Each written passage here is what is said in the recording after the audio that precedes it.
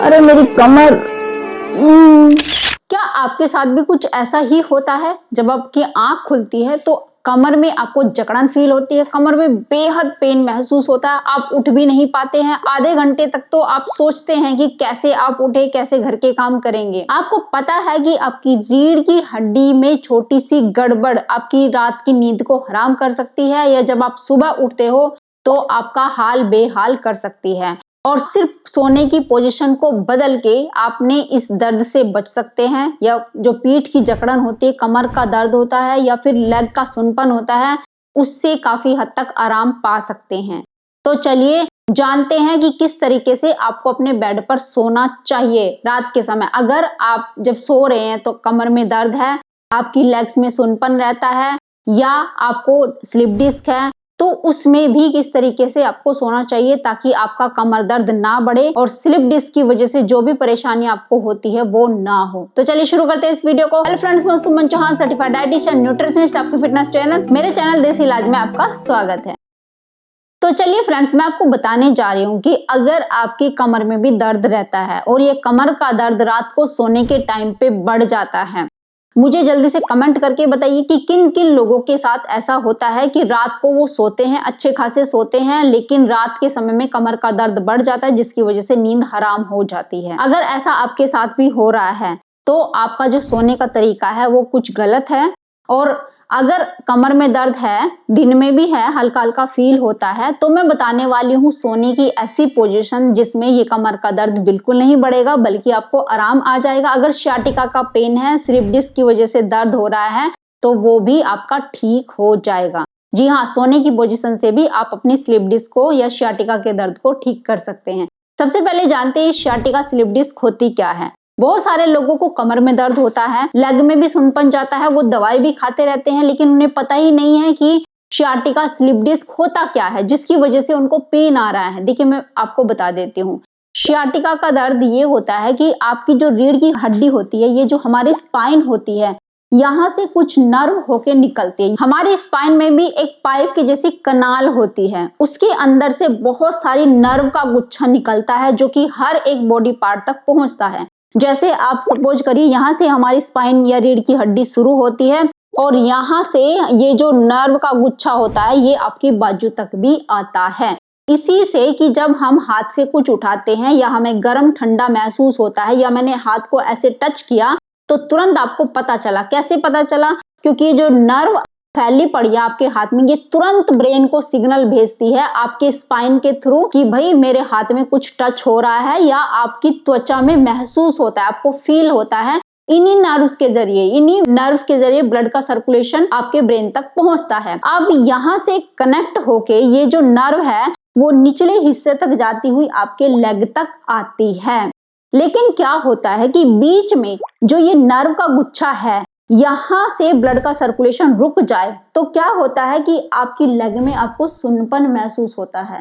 ये क्या सिग्नल भेजता है कि ब्लड का सर्कुलेशन ठीक से आपकी लेग तक नहीं जा रहा है, कहीं पे रुकावट हो रही है नसों में। उसकी वजह से हमें कई बार चुभन जैसा पेन महसूस होता है, पूरी लेग में झंझनाहट महसूस होती है, और ये झंझनाहट के साथ साथ दर्द भी काफी बढ़ जाता है, और दर्द के साथ साथ स्टिफनेस, जकड़न, ये भी आपको महसूस होती है। अब ये होता क्यों है? ये कई कारणों से होता है। या तो आप काफी देर तक ऐसे स्लाउच करके बैठते हैं, आपका टमी बाहर निकला हुआ है, फैट ज्यादा है, फैट ज्यादा बढ़ने की वजह से आपकी स्पाइन के ऊपर प्रेशर क्रिएट होता है। वो मैं बताती हूँ क्यों। देखिए, आपका टमी जब बाहर निकलता है, ऐसे टमी के ऊपर लोड है, सपोज करिए एक पत्थर का टुकड़ा जब आप अपने आगे बांध लेते हैं तो होता क्या है, वो आगे की तरफ पुश करता है, आपकी कमर को खींचता है। यानी उसके प्रेशर को बैलेंस करने के लिए आपकी स्पाइन आगे की तरफ खिंचती है। वो बात अलग है कि आपने उसको जकड़ के रखा हुआ है, आप उसको आगे की तरफ पुश नहीं होने दे रहे, वो आपकी कैपेसिटी है। लेकिन अगर आपकी कैपेसिटी बहुत वीक है, यानी स्पाइन बहुत कमजोर है, तो क्या होगा कि वो आगे की तरफ पुश करके रखेगा और आपका हाल ऐसा हो जाएगा, यानी वो जो वेट है वो आगे की तरफ आपकी स्पाइन को खींचेगा। अब ऐसा ही होता है जब आपका पेट बढ़ा हुआ है तो आपकी स्पाइन को खींच रहा है, लगातार आपकी स्पाइन इस तरीके से आगे की तरफ जाती है, खींचती है। इसकी वजह से क्या होता है कि आपकी स्पाइन जो है एक्सटेंशन में ज्यादा आ जाती है। एक्सटेंशन में आ जाने की वजह से स्पाइन के ऊपर प्रेशर बढ़ेगा और प्रेशर की वजह से जो वो नसें हैं वो सीधी लाइन में इस तरीके से हैं, वो आगे की तरफ खिसक जाती है, जिसकी वजह से ब्लड का सर्कुलेशन प्रॉपर नहीं होता, कमर में दर्द रहने लगता है।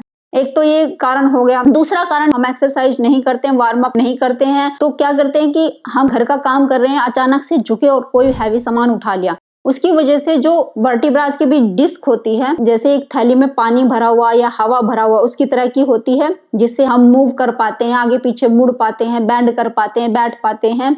लेकिन कभी कभी ये जो थैला होता है पीछे की तरफ पुश हो जाता है गुब्बारे की तरह और हमारी नर्व को पिंच कर देता है, हमारी नर्व के ऊपर ऐसे हिट कर देता है, उसको चुभ जाता है जाके, जिसकी वजह से वहां पे ब्लड का सर्कुलेशन रुक जाता है और उसकी वजह से आपको झंझनाहट या चुभन जैसा फील होता है और पूरी लेग में ये पेन जा सकता है, दोनों लेग में भी जा सकता है अगर ये स्लिप डिस्क ज्यादा हो गई है। तो ये ऐसे बहुत सारे कारण होते हैं। उम्र की वजह से भी जब आपकी डिस्क पतली हो जाती है तब भी ब्लड का सर्कुलेशन रुक जाता है, इस वजह से आपका निचले हिस्से में पेन आता है, इसको sciatica पेन भी कहते हैं। चलिए जी, बहुत हो गई बातें, मतलब आपको समझा दिया है। अब मैं बताती हूँ कि कैसे आपका सोने का तरीका जिससे ये कमर का दर्द ना बढ़े।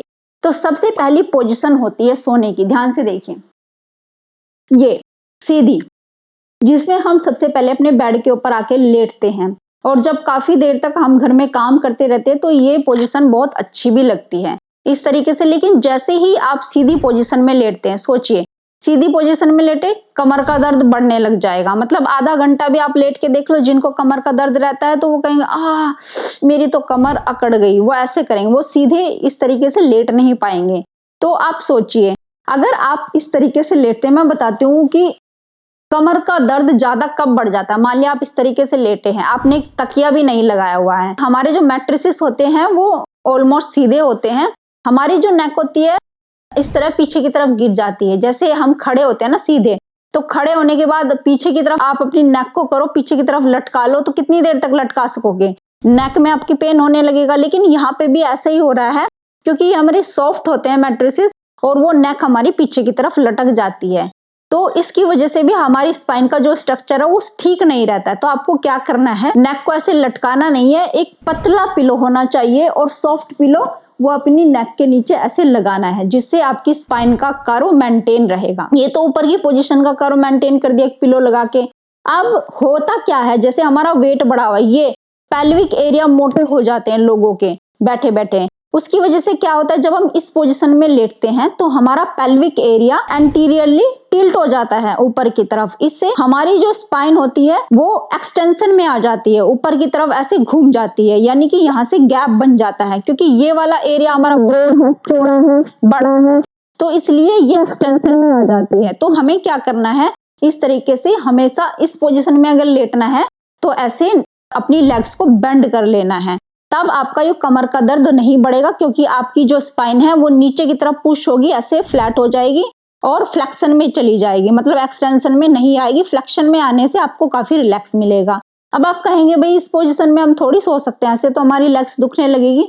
तो आप एक काम करो, एक इस तरीके से पिल्लो लेना है आपको और सबसे पहले अपनी लेग्स के नीचे रख लेना है, और ऐसे दो भी ले सकते हैं, दो पिलो आप ले लो इस तरीके से। नेक वाला नहीं निकालना है, वो तो मैंने आपको दिखाने के लिए निकाल के बताया है आपको। ऐसे दो पिलो ले लेना है अगर आपको सीवियर कमर का दर्द रहता है या सोने में बहुत दिक्कत आती है। इस तरीके से एक पिलो आपकी नेक के नीचे, दो पिलो आप ऐसे लेग्स के नीचे रखो और अपनी लेग्स को बिल्कुल अच्छे से पिलो के ऊपर इस तरीके से रिलैक्स कर दीजिए, बिल्कुल छोड़ दीजिए और आराम से ऐसे आप सो सकते हैं। बिल्कुल भी कमर का दर्द नहीं बढ़ेगा, ना ही स्टिफनेस बढ़ेगी, बड़े आराम से आप सो पाओगे। अब नेक्स्ट पोजीशन आपको बताती हूँ, जो ऑलमोस्ट मतलब ज्यादातर लोग सोते ही सोते हैं, वो ये है कि इस तरीके से सोते हैं, ऐसे घूम जाते हैं, मतलब थोड़ी देर में ऐसे, बहुत सारे लोग ऐसे सोते रहते हैं।